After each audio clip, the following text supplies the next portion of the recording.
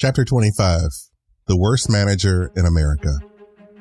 Welcome back to the Hyman Podcast. As we start off the fourth season of this show, I want to revel in how much the show has evolved and how each season finds us deeper into the human experience. This season is a unique one, as I plan to arc the season over a single topic I find all too prevalent: toxic managers, toxic workplaces, and the effects it has on the human psyche. Going to work was never supposed to be the most exciting thing, but depending on your profession, maybe you're in your dream job. Maybe it was never meant to be exciting, but at the very least, it should be enjoyable. Well, that's the goal, right? Unfortunately, that's not always the case. You see, in the grand scheme of things, working and going to work seem like pretty routine things. They are, for the most part. Many people go to work, do their jobs, and then they go home. Many people. I say that because, like most things, when people are involved, things often go awry. So what can possibly go awry when it comes to just going to work? What if every time you went to work, it was like going to war? War because you had to deal with someone with a challenging or difficult personality. What if that person was your manager? What if that person used a series of tactics designed to gaslight you? What if they micromanaged every minute of the day? What if they were the thing that nightmares are made of? In my professional career, I've dealt with some managers like this, and we'll talk about that in more detail in a later episode. But for today, the thing I want to talk about are the managers that make work so difficult that you often think about quitting. The one that causes good people to walk off the job. The one that promotes toxicity. We've all met them. I'm talking about the worst manager in America. But what exactly makes a manager toxic? Is it just about bad behavior, or are there deeper psychological patterns at play that affect not just the individual, but the entire team dynamic? In this episode, we're going to break down the traits that define the worst manager in America.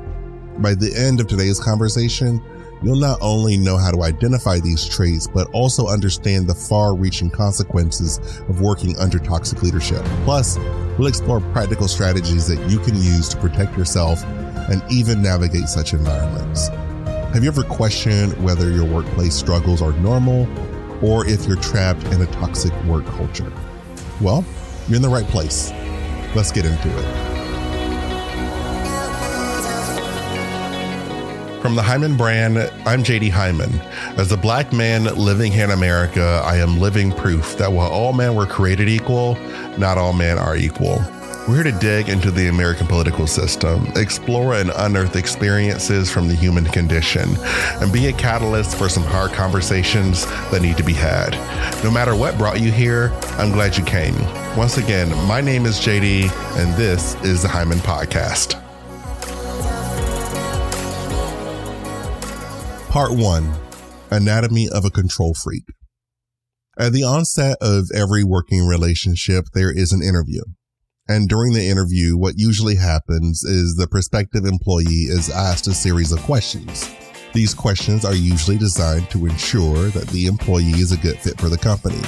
As employees become more seasoned in their careers, things begin to shift a little. They become more comfortable. They settle into what they want out of a job. They become more purposeful in their job searches. They learn to say no. They learn to demand better. They learn to interview their employers. They know which questions to ask and which ones not to ask. They know where they want to work and where they don't want to work. But what about the people who don't have that luxury? What about the people who have to take whatever job they happen upon? They don't always get to interview their respective employer. Sometimes it's the luck of the draw, and more often than not, they are sent through a whirlwind of emotional strife, all for the sake of a paycheck. So what actually makes toxic managers? Well, a lot of things. For starters, they tend to have this innate need to be in control. Maybe it stems from control issues, maybe it's just the way they're wired, but regardless, they want to control every conceivable outcome. One of the distinct characteristics of someone like this, the blood ties. They exact control over people using a variety of methods, but the most common and prevalent method, fear and intimidation. In my experience, I've seen them target people for seemingly insignificant reasons, and then it's almost as if some switch flips and they go after them like a lion in the Serengeti.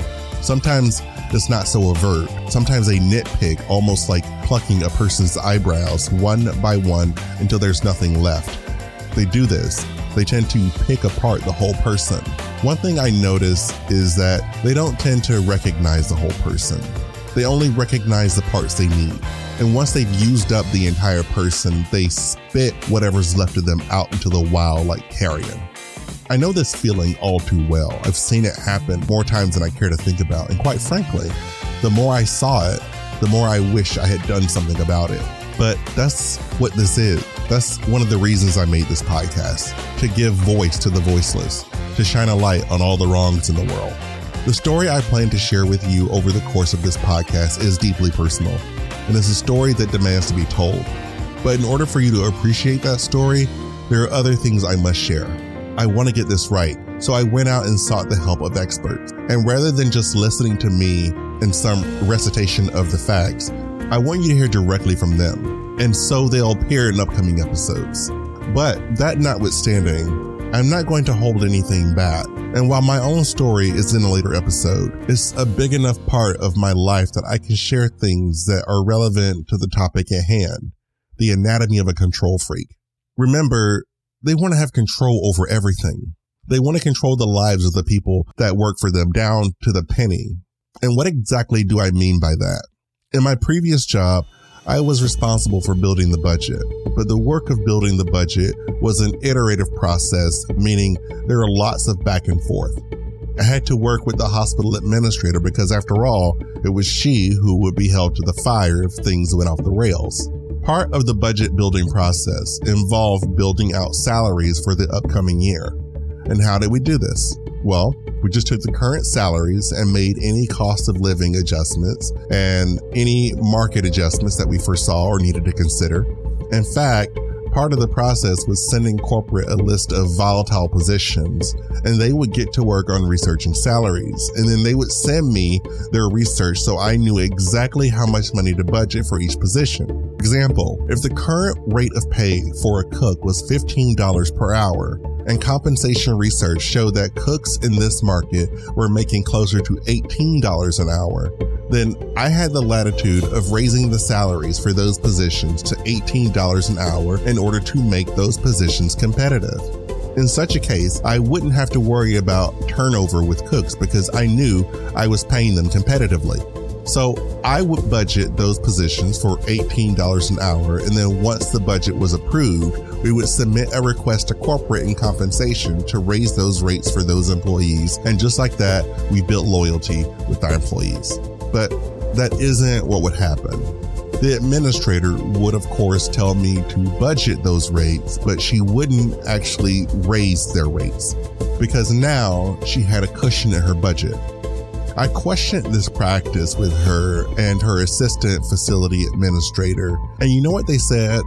Well, they aren't really worth $15 an hour.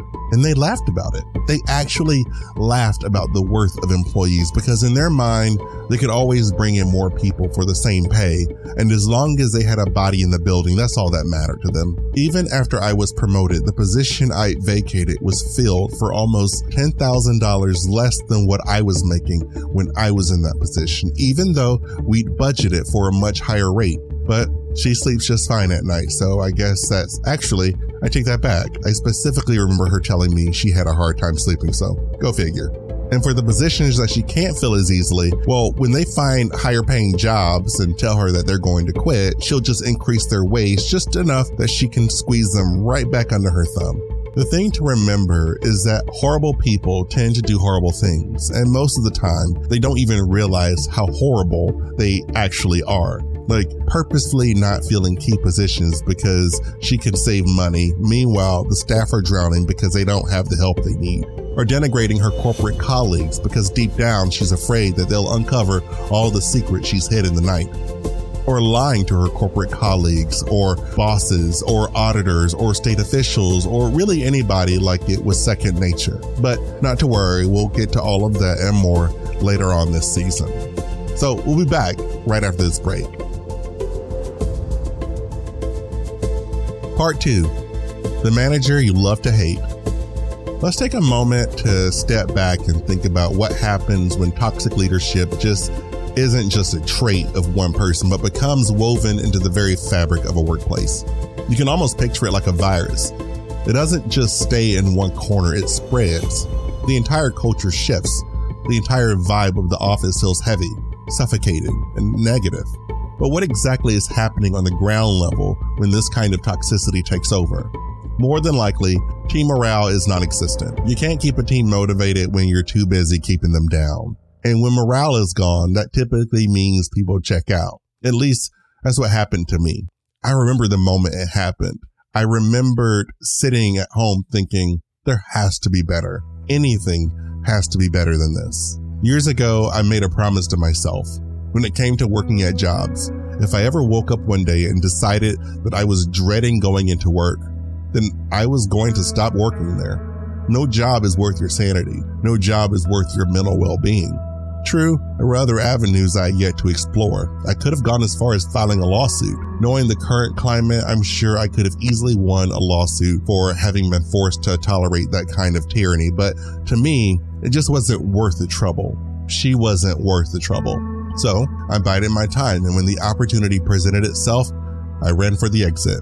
When I left the tax department in Ohio, it was a similar situation. Cheryl was pretty toxic and she thrived on toxicity. And like most toxic managers, she'd managed to alienate herself from her colleagues and her subordinates. She had lost the respect of so many people. Leaving there felt liberating. Getting to work for Kalinda at the Department of Education was a dream come true. But like my time in Ohio, that dream was short-lived. So you can imagine what it must have been like to come from that place and walk into my wildest nightmare. Toxic managers make it easy to hate them. And there are many times that employees are often able to trauma bond over their shared commiseration. And there's the situations where your coworkers slowly start to dwindle and you're left wondering if there was anything you could have done. Life happens, and all the while, we have all these things swirling around in our heads. What is the procedure for this? What's the protocol? What is the policy? I've always strived to be the best leader I can be. I've always strived to put people over profits, to put people first. And anyone who has ever worked for me can tell you I was fair and true and just. Well, almost everyone. I say that because like toxic managers, there are also toxic employees, and they can be classified by their difficult personalities. For me, those difficult personalities were two of my subordinates, who in their own way were insubordinate, one of them more so than the other. That's the one we'll talk about today. When I first started at the forensic hospital, it was actually in the housekeeping department.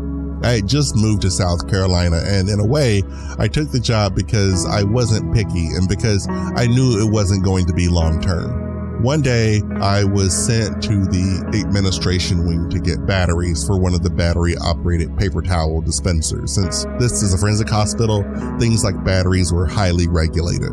Anyways, the person I was sent to see about the batteries was a woman named Christy. Christy was the purchasing coordinator. She was a middle-aged woman with curly, dark blonde hair that was affixed at the top of her head like a large pom-pom. Her skin was a leathery texture, and she had very pronounced jowls that were long past the days of retinol, and her eyes had enough makeup to cover the broad side of a hot air balloon. I knocked on the door, no response. I knocked again, no response. I turned the knob to check to see if it was locked. It wasn't. I slowly opened the door and stepped inside. There was a large wall that protruded into the office that obscured her desk. I stepped around and into view, and that's when I saw her. She made eye contact as she set the bear claw back on its napkin. CNN was playing on her computer screen and various food remnants were splayed across her desk. "Hi," I said, mustering the polite, disarming version of myself. "I was sent to get batteries." Without speaking, she gestured to a small stack of batteries at the edge of her desk. I reached over and scooped them up and slid them into my pockets. "Thanks," I said. I had just turned for the door, my arm reaching for the knob when she spoke. It was sharp and cut through the air like a knife through warm butter. "And next time, knock instead of just walking into my office," she snapped. You could say I was taken aback because, well, I was. I wanted to say, well, maybe you couldn't hear me over the chewing and the news broadcasts you were watching, but I held my tongue. I didn't acknowledge her comment. I just turned around and left. Fast forward a few weeks after I had taken the job of assistant business manager. Nita, my boss, called the staff into her office to introduce me. And who came walking in? None other than Christy herself. She still had the same blank expression on her face. It wasn't until Nita announced me as their new supervisor did she change her face. She was very clearly mortified, and I was very clearly eating that moment up. My, how the tables turned. But Christy would go on to be difficult. She essentially decided that she wasn't going to like me, and I was okay with that because I made Christy know in no uncertain terms that I would set fire to the building with her in it before I let her run me off. Christy was spiteful that way. She reveled in chaos. She was mean and rude and all the things you wouldn't find inside a Powerpuff Girl. She had a way of getting people to dislike her. People walked gingerly around her because talking to her on a normal day was tantamount to handling unstable sticks of dynamite. It didn't matter how careful you were or how polite you were, she was always ready to bite your head off. You see, she challenged me.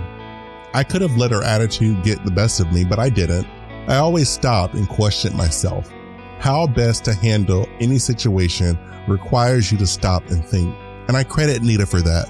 She had the patience of 1,000 Buddhas. I'd never met anyone who could stop and think and consider situations before making decisions the way Nita did. There were times I considered firing Christy, and many times I had conversations with a certain hospital administrator about Christy. And you know what she did? She always had a way of defending Christy. I now know it wasn't just about defending Christy, it was about allowing her to run rampant around my department. She too dealt in chaos, so I had to find creative ways to keep Christy at arm's reach, and I was successful 100% of the time. This season, we're going to get real. We're going to explore this topic wholly and without reticence. We're going to pursue truth through thought-provoking conversation, and those conversations are going to get wildly uncomfortable. We're going to talk to subject matter experts, and we're going to get to differing points of view, both from the perspective of employees and of employers. You're going to get a glimpse of my story sprinkled here and there, and when the time is right, you're going to hear the whole thing. I may not have been subject to the worst manager in America, but she damn near fought for first place. We live in a world where sometimes silence is the most dangerous enemy, where not using your voice often has dire consequences. What say you? Shall we get a little loud? My name is JD, and this is the Hyman Podcast. I'll see you next time.